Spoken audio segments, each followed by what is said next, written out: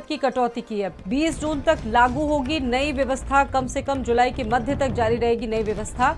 Airline के प्रवक्ता ने जानकारी दी और ये कदम रिजर्व एयरक्राफ्ट की उपलब्धता को बढ़ाने के लिए उठाया गया है। साथ ही साथ अनप्लान्ड रुकावटों से निपटने के लिए उठाया गया है। काफी महत्वपूर्ण कदम है ये। जिस तरीके से एक बड़ा हादसा अहमदाबाद में हुआ और उसके बाद रोजाना इस तरह की जो खबरें हैं तकरीबन आ रही हैं, एयर इंडिया की जो फ्लाइट्स हैं उनको रद्द करना पड़ा और कई ऐसे मामले जो अब तक सामने आए हैं और ये माना जा रहा है कि कई जो अनप्लान्ड रुकावटें हैं उनसे, उन बाधाओं से निपटने के लिए ये एक बड़ा कदम एयर इंडिया की तरफ से अभी फिलहाल फौरी रूप से उठाया गया है। और बताया ये भी जा रहा है कि 20 जून तक ये जो नई व्यवस्था है वो लागू रहेगी, कम से कम जुलाई के मध्य तक तो ये जो व्यवस्था है वो जारी रखने की बात कही गई है। खुद एयरलाइन के प्रवक्ता ने इस बात की जानकारी दी है और बताया है कि ये कदम रिजर्व एयरक्राफ्ट उपलब्धता को बढ़ाने के लिए हमने उठाया है। और हमारे साथ दीपक मौजूद हैं इस खबर पर बातचीत करने के लिए, दिल्ली से मौजूद वो हैं इस वक्त। दीपक, क्या अपडेट है इस मामले में? 15% कटौती हुई है इंटरनेशनल फ्लाइट्स में। कितना ज़रूरी था ये कदम उठाया गया है जो अभी? जी बिल्कुल साथी, देखा गया था कि जब अहमदाबाद में एयर इंडिया की एक फ्लाइट क्रैश होती है जिसमें 200 से अधिक लोगों की मौत हो जाती है, उसके बाद से ही एयर इंडिया लगातार विवादों में घिरी थी, क्योंकि उसके बाद कई शिकायतें आ रही थी एयर इंडिया की, चाहे वो हम उसके व्यवस्थाओं का जिक्र करें या फिर टेक्निकल इशूज का जिक्र करें, जिसको लेकर के एयर इंडिया काफी चर्चाओं में आई।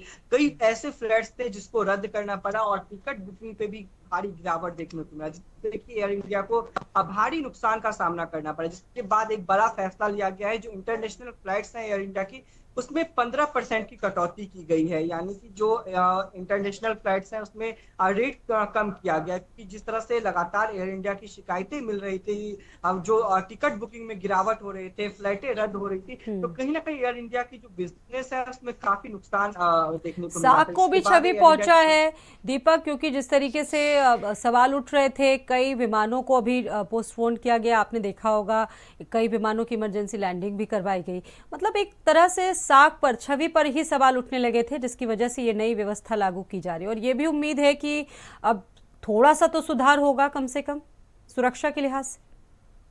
जी बिल्कुल, यदि सिस्टम का जिक्र किया जाए तो लगातार एयर इंडिया के सिस्टम पे सवाल किया जा रहा था, जो व्यवस्था की एयर इंडिया की तरफ से उसके कई आरोप लगाए गए थे, क्योंकि देखा गया था जब अहमदाबाद में एक बड़ा फ्लाइट दुर्घटना होता है जिसमें 200 से अधिक लोगों की मौत हो जाती है, उसके बाद से ही हमने देखा कि एयर इंडिया की जो शिकायतें हैं वो बढ़ना शुरू हो गया। कई ऐसे विमान थे जिसको रद्द कर दिया गया, यहाँ तक कि टीएमसी की सांसद भी एक आरोप लगाई थी कि एयर इंडिया की जो फ्लाइट है वो 3 घंटे देरी से उड़ान भरी, क्योंकि उसमें टेक्निकल इश्यूज बताए गए थे। और जिसको लेकर के यदि हम इंटरनेशनल फ्लाइट का जिक्र करते तो दिल्ली से उड़ान भरने वाली लगभग 70 अधिक जो विमानें थी उसमें कोई ना कोई टेक्निकल इश्यूज हुए थे या फिर वो देरी से उड़ान भरी थी, जिसकी वजह से कई को रद्द करना पड़ा था। लोगों को काफी दिक्कतों का सामना करना पड़ा, जिसके बाद से जो फ्लाइट की जो बुकिंग है उसमें लगातार गिरावट देखने को मिला था, जिससे कि एयर इंडिया को काफी नुकसान का सामना करना पड़ा था। और जो एक छवि एयर इंडिया की खराब हुई थी, क्योंकि लगातार एक के बाद एक आरोप लगने जो शुरू हुए तो उसके बाद एयर इंडिया की जो छवि थी